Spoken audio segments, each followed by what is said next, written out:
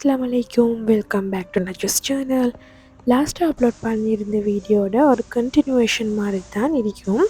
இது last வ்ளாகில் share பண்ணியிருந்தேன் என்ன மந்த்லி க்ரோசரி ஷாப்பிங். ஸோ இன்றைக்கி நான் அதுவெல்லாம் என்ன மாதிரி அரேஞ்ச் பண்ணி கிச்சனை எப்படி ஆர்கனைஸ் பண்ணி வச்சுக்கொள்கிறேன்னு அவளோட ஷேர் பண்ணிக்கிறேன்.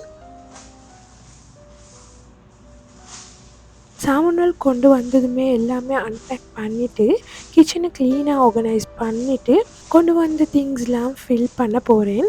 கிச்சன் திங்ஸ்லாம் அதுக்கான இடத்துல இருந்தால் தான் கிச்சனே பார்க்கவும் அழகாக இருக்கும் அண்ட் யூஸ் பண்ணவும் ஈஸியாகவும் இருக்கும். மற்றது மெயினாக ஒரு க்ளீன் அண்ட் சாட்டிஸ்ஃபைங் ஃபீலையும் தரும். ஸோ வாங்க நான் என் கிச்சனை எப்படிலாம் ஆர்கனைஸ் பண்ணி வைக்கிறேன்னு பார்ப்போம். அண்ட் நீங்கள் என் வீடியோவை சப்ஸ்கிரைப் பண்ணாமல் பார்த்துட்டீங்கன்னு சொன்னால் சப்ஸ்கிரைப் பட்டனை டச் பண்ணிட்டு வாங்க எங்களோட வீடியோவை கண்டினியூ பண்ணுவோம். ஸோ இது திங்ஸ் எல்லாம் எடுத்துகிட்டு வந்து நெக்ஸ்ட் டே ஏர்லி மார்னிங்கில் இருந்து ஸ்டார்ட் ஆகுது. ஸோ ஏர்லி மார்னிங்கே கிச்சனுக்கு விசிட்டையும் போட்டுட்டேன். ஃபர்ஸ்ட்டாக இந்த பேக்ஸில் இருந்தே ஸ்டார்ட் பண்ணுறேன். என்னடா இந்த பேக்ஸ்லாம் வச்சுட்டு செய்கிறேன்னு யோசிக்கிற இருக்கும். இந்த மாதிரி இருக்கிற பேக்ஸ்லாம் எப்படி க்யூட்டாக ஆர்கனைஸ் பண்ணி வைக்கிறேன்னு தான் சொல்லித்தர போகிறேன். முதல்ல கொண்டு வந்த சாமான் எல்லாம் அன்பேக் பண்ணதும் ஒரு ஃபுல்லாக பேக்குகள் தான் இருக்கும். இது பார்க்கவும் ஒரு மாதிரி அலர்ட்டியாக இருக்கும் அண்ட் இதுவரை வைக்கிறதும் ஒரு பரந்த இடம் தேவைப்படும். ஸோ இனி அப்படி இல்லாமல் இருக்காது, இந்த மாதிரி செஞ்சு வச்சாலே போதும்.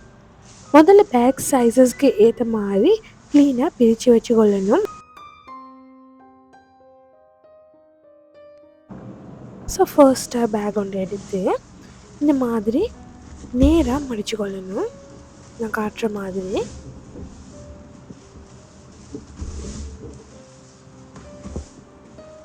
ஸோ அதுக்கப்புறம் இந்த மாதிரி ஒரு முக்கோண ஷேப்புக்கு இப்படி மடித்து கொள்ளணும். ஸோ அதே முக்கோண ஷேப்புக்கு மடித்து அதில் ஆப்போசிட்டுக்கு மடித்தா இந்த மாதிரி வரும். ஸோ லாஸ்ட்டுக்கு மீற துண்டு ஒரு கேப் ஒன்று மாதிரி வரும் இந்த மாதிரி.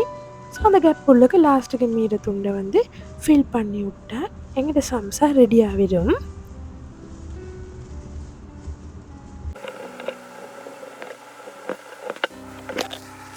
ஸோ அந்த மாதிரி எல்லா பேக்ஸையும் மடித்து எடுத்தாச்சு.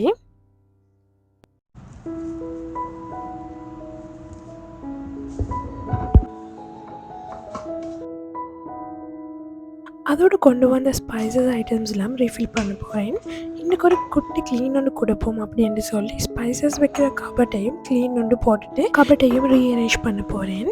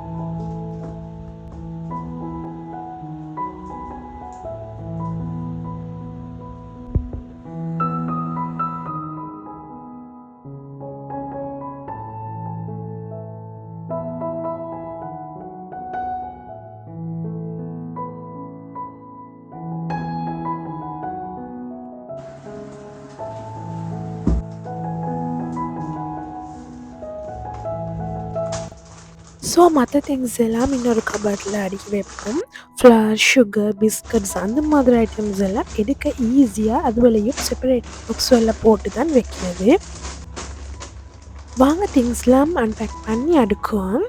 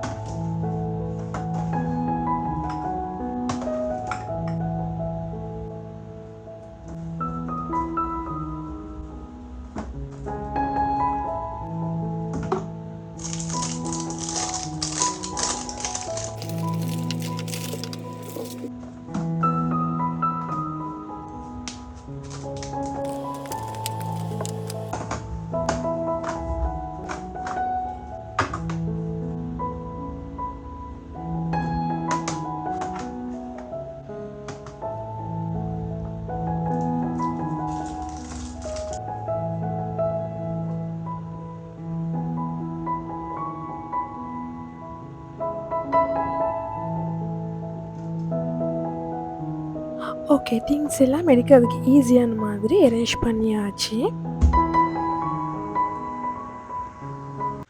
தென் இந்த மாதிரி புக்ஸ் எல்லாம் ஒரு டைம் யூஸ் பண்ண போகிறோம், எப்படி வைக்கிறேன்னு பார்ப்போம்.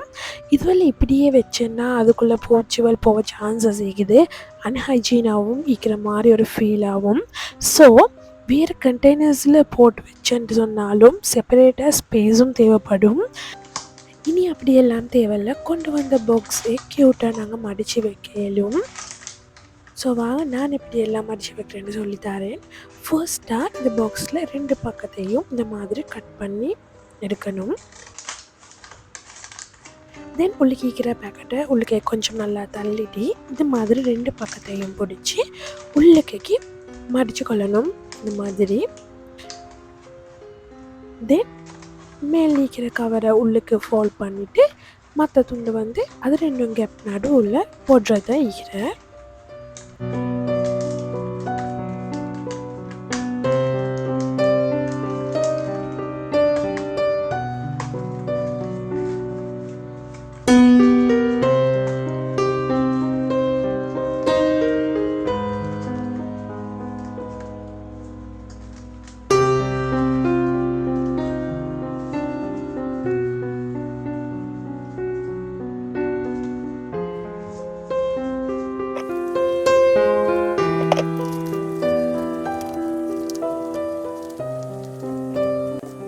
ஸோ இந்த மாதிரி எல்லா பாக்ஸையும் மடிச்சு எடுத்தாச்சு.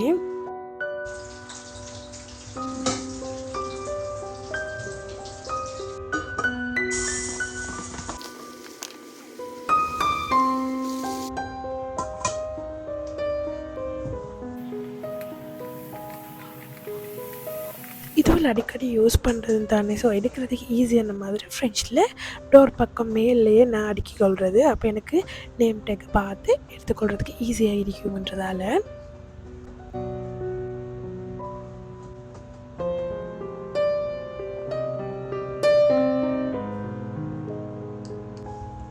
ஓகே, வாங்கி இப்போ ஃப்ரிட்ஜை க்ளீன் பண்ணி அதை ரீஸ்டாக் பண்ணுவோம்.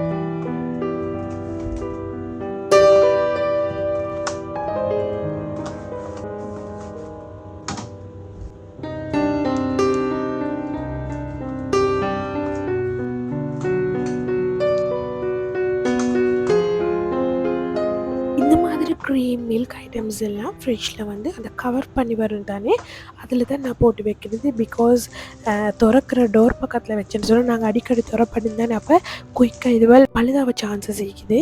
ஸோ நான் இந்த மாதிரி மேலே அடுக்கி போட்டு வைப்பேன், தேவையான டைமுக்கு எடுத்துக்கொள்ள எங்களுக்கு.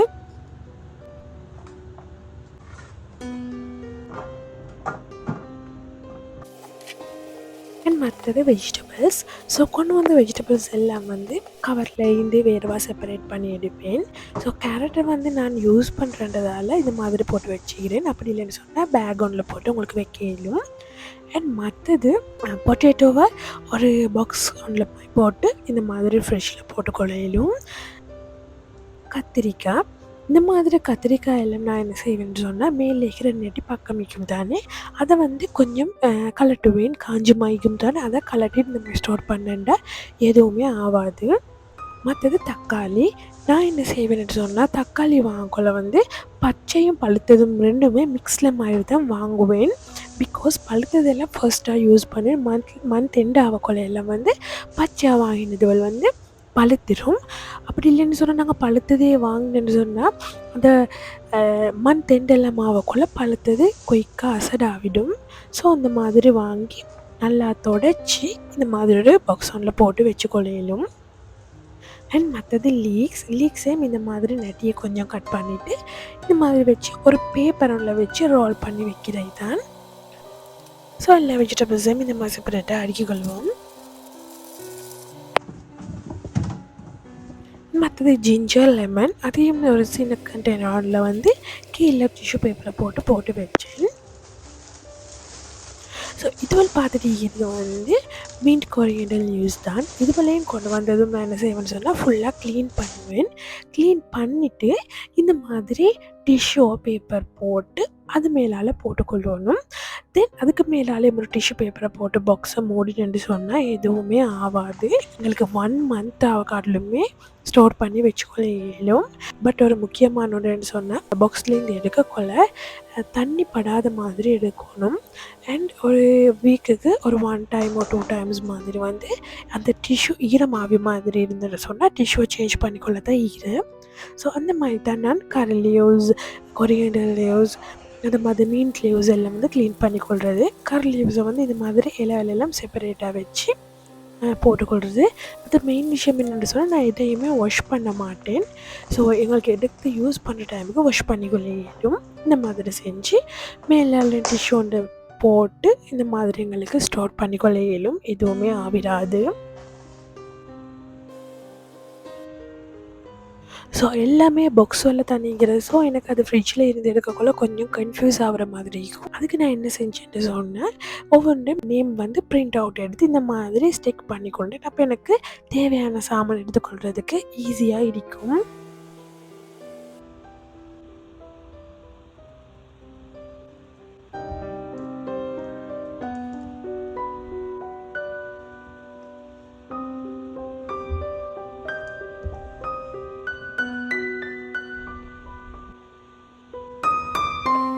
ஸோ இப்போ நீங்கள் இது பார்த்துட்டு வந்து நான் 1 மந்த்துக்கு முதல் வச்சு க்ளீன் பண்ணி வச்ச கார்லிக் தான். ஸோ இந்த மாதிரி தான் இருக்கும். இந்த மாதிரி டிஷ்யூ கொஞ்சம் சேஞ்ச் பண்ணிவிட்டு வைக்கத்தான் ஈருது. ஸோ எல்லா வேலையும் முடிஞ்சு லாஸ்ட் ஃபைனல் பார்ட் தான் இது. ஸோ இதுதான் மிச்சம் கஷ்டமான ஒரு வேலைன்னே சொல்லும். மீட் ஐட்டம்ஸ் எல்லாம் க்ளீன் பண்ணுறது தான். ஸோ கொண்டு வந்து எல்லாம் க்ளீன் பண்ணி எல்லாம் முடியக்கூட நல்லா லேட்டும் ஆகிட்டு ஸோ நைட்டாகவே எல்லாம் க்ளீன் பண்ணி நான் செப்பரேட்டாக ஒவ்வொரு பாக்ஸ்லேயும் போட்டு வச்சாச்சு. ஸோ இந்த மாதிரி தான் நான் எல்லாம் செப்பரேட்டாக அடுக்கி கொண்டது. நான் ஒவ்வொன்று செப்பரேட்டாக வச்சுக்கொண்டேன். ஸோ கறிக்கு தேவையான சிக்கன், பெரிய பீஸ் சிக்கன் அந்த மாதிரி எல்லாம் மீக்கும். ஸோ ஃப்ரிட்ஜில் போட்டேன்னு சொன்னால் நான் இதுக்கும் என்ன செஞ்சேன்னு சொன்னால் நேம் எல்லாம் வந்து பிரிண்ட் அவுட் எடுத்து இந்த மாதிரி ஸ்டிக் பண்ணிக்கொண்டேன் ஒவ்வொரு பாக்ஸுக்கு மேலேயும். தென் எனக்கு அது ஈஸியாக இருக்கும். ஒவ்வொரு டைமுக்கும் ஆக்குறதுக்கு லேஸான மாதிரி சிக்கன், பீஃப் லிவர் இந்த மாதிரிலாம் ஒவ்வொரு நேரத்துக்கு எங்களுக்கு தேவையான மாதிரி நான் செப்பரேட்டாக போட்டு வச்சேன். அப்போ எனக்கு ஆக்குற டைமுக்கு எல்லாம் எடுத்துகிட்டு வைக்க தேவையில்லை. அந்த அன்றைக்கு தேவையான அந்த ஒரு பேக்கை மட்டும் வெளியே எடுத்து ஆக்கிறையிலும். ஸோ அதுக்கு லேசான மாதிரி தான் நான் இந்த மாதிரி செப்பரேட்டாக போட்டு வச்சிருந்தேன் இந்த பாக்ஸுகள்லேயும். இந்த மாதிரி எல்லாம் க்ளீன் பண்ணி வச்சேன்னு சொன்னால் ஆக்குற டைமுக்கு எங்களுக்கு லேசாகவே இருக்கும்.